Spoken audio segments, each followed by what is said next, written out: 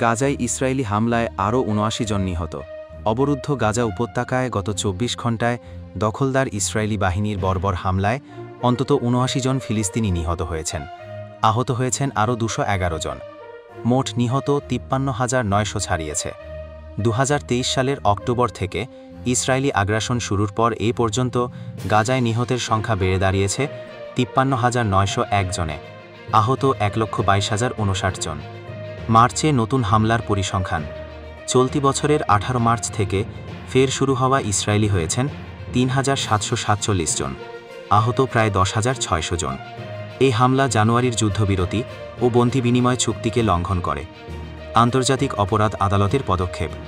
এর আগে গত বছরের নভেম্বরে গাজায় যুদ্ধাপরাধ ও মানবতা বিরোধী অপরাধের অভিযোগে ইসরায়েলি প্রধানমন্ত্রী বেঞ্জামিন নেতানিয়াহু এবং সাবেক প্রতিরক্ষামন্ত্রী ইয়োভ গ্যালান্টের বিরুদ্ধে গ্রেফতারি পরোয়ানা জারি করে আন্তর্জাতিক অপরাধ আদালত আইসিসি। গাজায় চলমান ইসরায়েলি হামলা অব্যাহত থাকায় মানবিক বিপর্যয় চরমে পৌঁছেছে।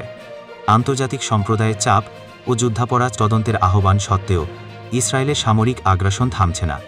নিহতদের অধিকাংশই নারী ও শিশু।